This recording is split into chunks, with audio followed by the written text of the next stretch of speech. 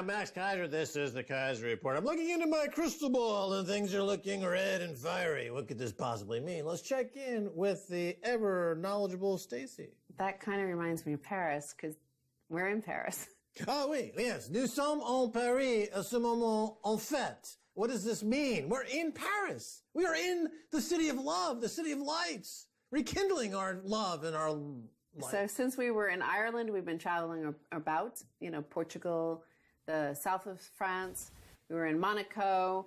And a lot of things have happened in the last few days, and including that the MEPs, the members of the European Parliament, they voted to approve the controversial Article 13, which critics warn could put an end to memes, remixes, and other user-generated content. Article 11, requiring online platforms to pay publishers a fee if they link to their news content, was also approved. This has to go to a larger vote sometime in July.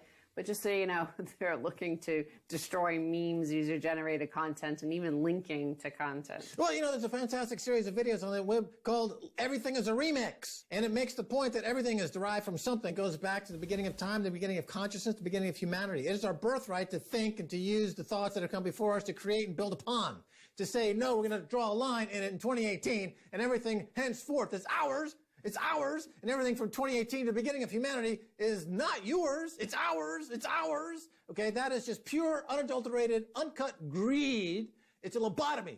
It's performing a lobotomy on humanity for the sake of corporate hegemony, and it's disgusting. And these people should be held accountable for this transgression of my human rights. Of course, you need to have access to your own thoughts. So, of course, the World Cup has been going on. By the way, I did see some sort of Spanish-speaking television presenter when Mexico beat Germany.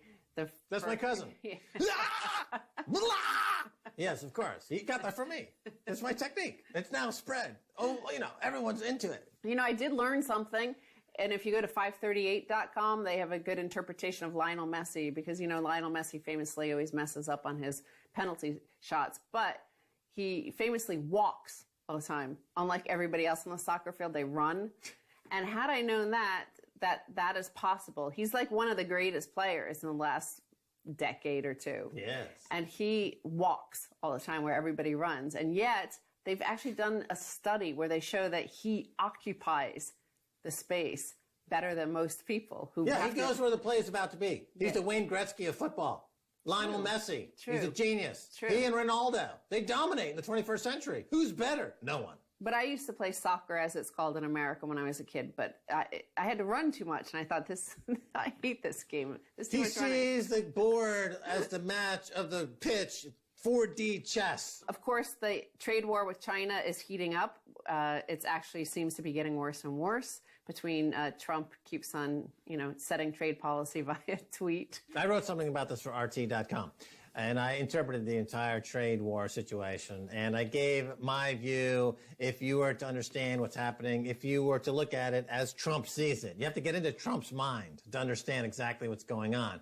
I encourage you to go to that. My synapses have just blown. Thanks, Max. Well, you can just go in there and see what he sees. And, well, to give a quick synopsis, basically, when he came office, he said, look, the military is half of the tax revenue, 1.5 trillion. We got to cut that. He looked at the big geopolitical war board. He said, okay, make peace with Korea, cut back there. Destroy NATO, cut back there. Have Saudi Arabia and Israel become friends, cut back there. That's all military cuts.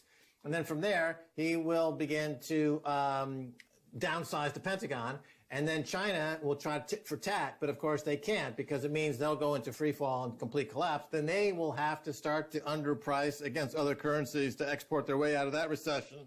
We're back to the beginning. I'm not sure about that, because in fact, there are very strong signs that the U.S. military is expanding their presence around China and surrounding China. But we'll get to that in another episode sometime in the future of Keiser Report about why Max Keiser's interpretation was wrong. It's being challenged. I am going to say that we were also down in Monaco, and we were quite shocked because you had lived down in the area, Villefranche-sur-Mer, for like 3-4 years. I had lived there for about a year. It was remarkable to see the amount of construction going on there. So I did a Google search to find out what is going on with Monaco, because our suspicion was that this is the result. We hadn't really been down there since the financial crisis, post the financial crisis.